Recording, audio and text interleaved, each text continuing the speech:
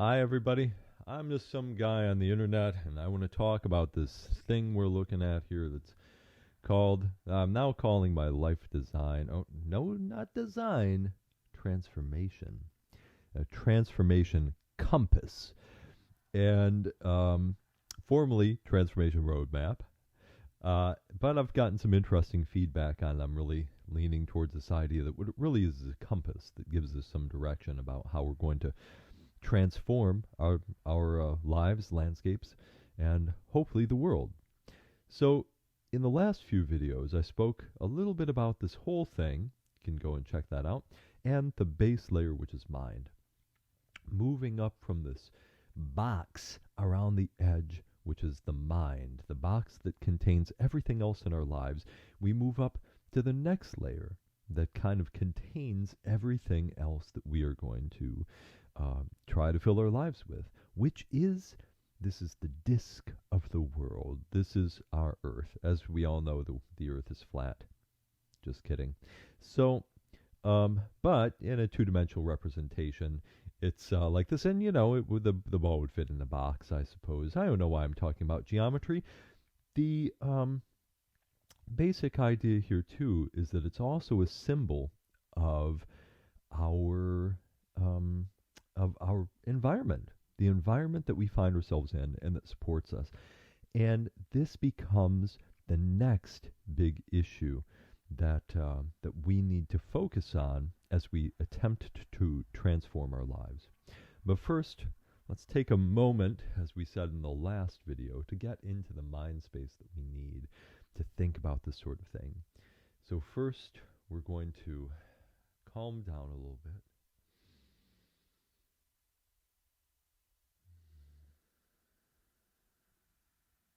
We're going to focus in together on what we want to accomplish and be present in the moment here with it.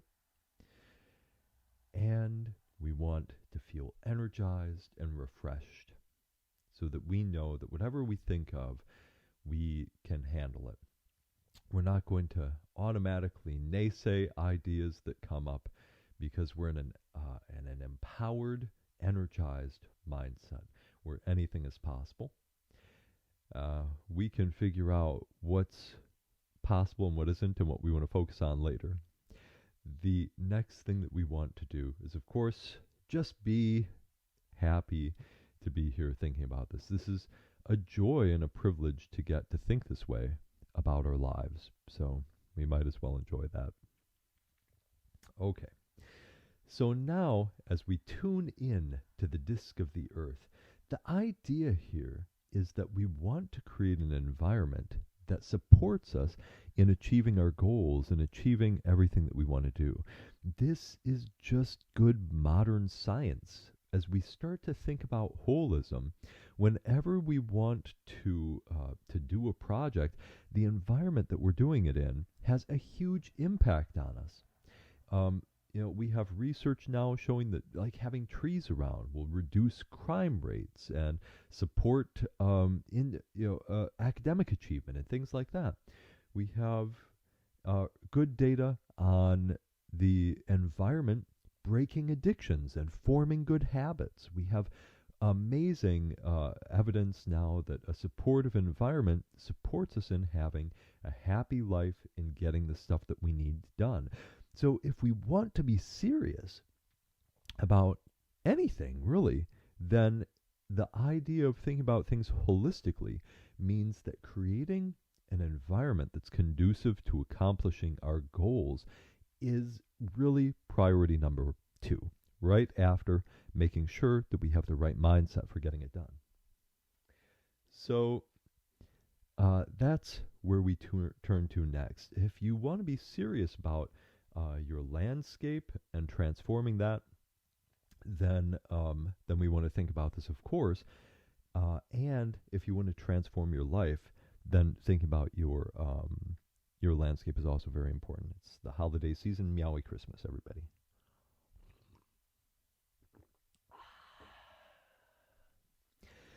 So, one of the reasons why we think about this and think then So we want to think about our lives holistically, which means including the landscape, and we want to think about the landscape holistically, which means including our lives. And this is one of the big things that I see in like our general movement, the Back to the Land movement. People, look at this poor woman on the left. She's on my left. I don't know what side of the screen she's going to be on. I don't want to think about that right now. So, but this young woman or old woman, it doesn't really matter her age. I want to be ageist. I'm a wreck this morning. So, she is trapped in some horrible office job like a lot of us find ourselves. And she wants to escape that.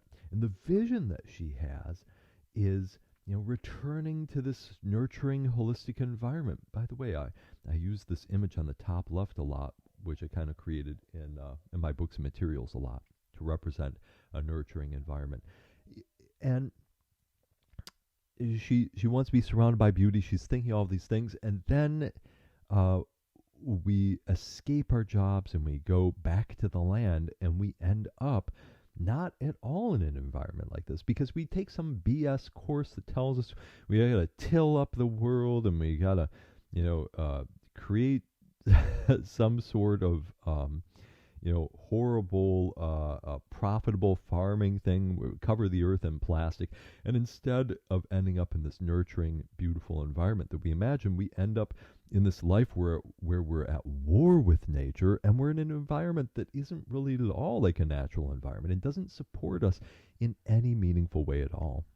But the truth is that if we start with the idea of creating a beautiful space, a nurturing space that really works for us, then we can still create systems that will be economically viable and work for us too.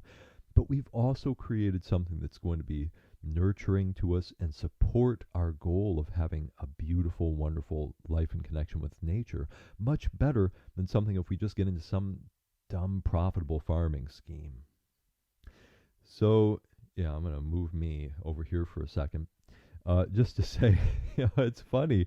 A lot of the people who get into like back to the landy farming and spin farming kinds of things, or forms of permaculture that are just focused on creating an economically productive landscape, they end up feeling more disconnected from nature than they used to, and still have this, idealized dream of connecting with nature and thinking they have to go someplace to get that.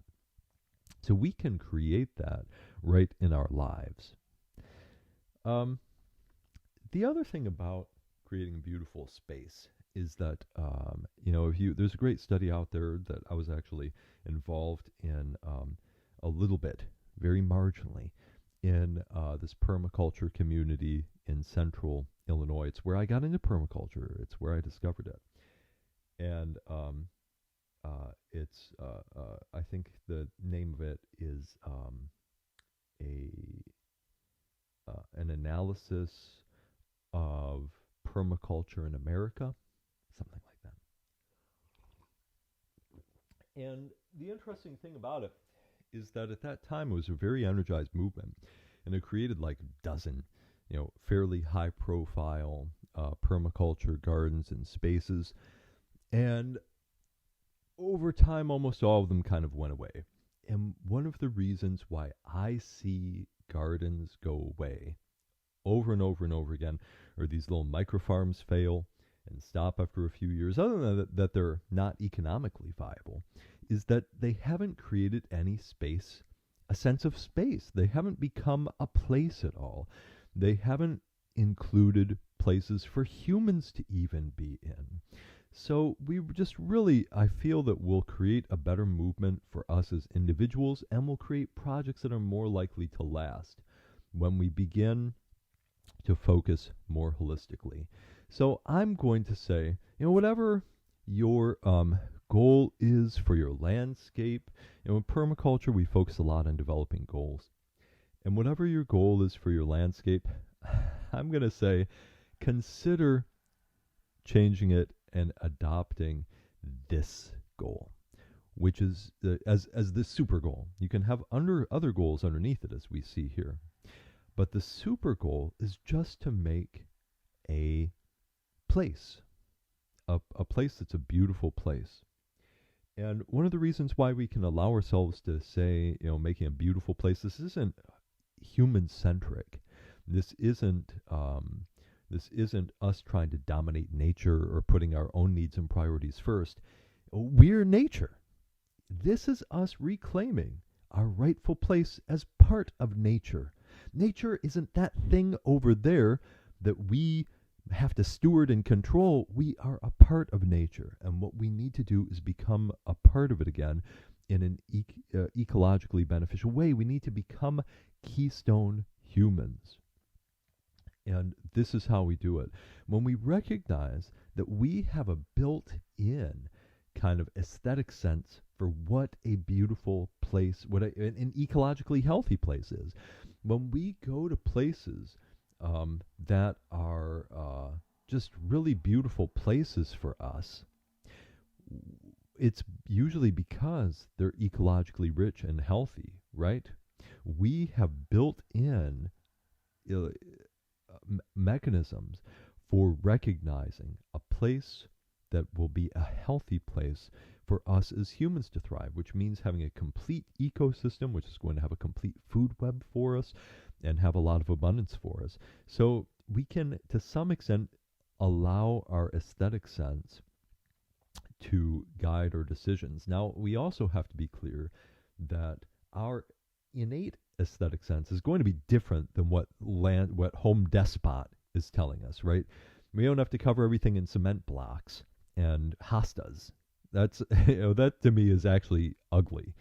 And I think what we're seeing there is conformity. So we have to grow and transcend past conformity. Once we do that, we can let our aesthetic sense really guide us. And how do I know that? Nobody comes to this space here that we're looking at in this picture and says, boy, somebody needs to come in here and bring some planters and some cement blocks and some hostas. This place needs some hostas. No, we come to a place like this because we recognize that it is inherently nurturing and makes us feel at peace. And the reason why is our body is trying to tell us, here, this is the place. Stay here a little longer. You're going to be safe and healthy and nurtured in this space. So us developing an aesthetic sense that is true to that is important. But then also, as we do that, we can allow it to guide us. Yowie Christmas.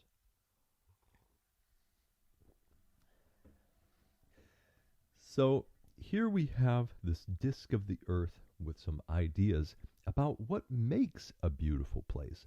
Now, I'm going to kind of go through these just a little bit to help us think. And of course, you can jot down ideas. We're looking for things that we can do in our lives and in our landscapes. And we're just trying to visualize and, think about what kind of a space we want to be in. And I'm going to go through this thinking about the landscape if you own land or maybe you're a renter, or if you're like me. And part of the reason why I'm doing this life design exercise is I'm going into a year where I'm going to be moving, and I'm not going to have my own space. I'm not going to have a garden. And yet, this remains extremely important. Without my own home, without my own garden, for the first time in like over a decade, I still want to prioritize having that power behind me of having a nurturing environment that's going to propel me towards my goals and support me in achieving them, and support me in having a wonderful life too. So at the top here in the center, we see the elements of a place that we can kind of develop. And the first one that I always focus on is social space. Because, again, when I've seen people do gardens and they get to a landscape and they're like, I want maximum productivity, and they just cover everything in plastic and create row crops, and there's just no space for humans in it at all, that doesn't last. Because life shows up and they realize they're going to want space in their own yard, in their own home. Otherwise, they're leaving all the time because they just don't feel nurtured by nature. They have no connection to nature in that space. So creating a social space where we can be in the garden and live our lives in our own home is so important. And once we have that, once we've designed around that, we can design everything else, just so long as we're giving that social space. By the way, this is the way humans have always done things. If you research into like home gardens and food forest gardens in a traditional sense, they always had this because humans have wanted to live in their homes. So this whole idea of the modern back to the land movement, that we're going to remove all social space so that we can have some profitable farming scheme, is just a bad idea. My opinion. I have opinions. And then I also think next is this idea of spiritual wealth. This idea of having this space that will nurture us spiritually and make us feel fulfilled. This kind of goes with social space. But what I can say is that when we get those two things right, we will create something that will last. Like you go to elsewhere in the world that it's not North America, a lot of times you'll find these little home gardens, and things have been in the same sort of configuration for like hundreds of years in some cases. They have a little fruit tree here, they have this nurturing little area, they have a patio area that's surrounded by trees and a hedgerow, and there's a little garden right there. It's basically permaculture that's evolved naturally by people living in their landscapes and transforming them over time. And they've stayed that way for a long time because they started with creating social space and a place that was spiritually rich to be in. The next thing that I always want to think about is the ethical impact, because if a landscape is destroying the planet or harming people, it's not going to be beautiful to me.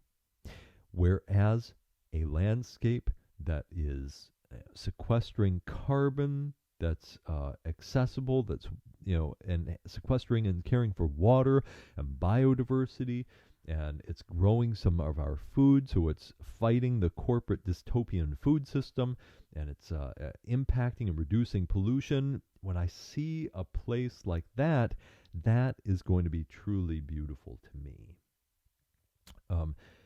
After I know that's in place, having the sense of sensory richness can be important.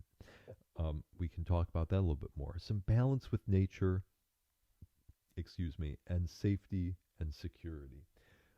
When all of these needs are taken care of in a place, then that is a place that really supports us in having amazing lives. Merry Christmas, everybody.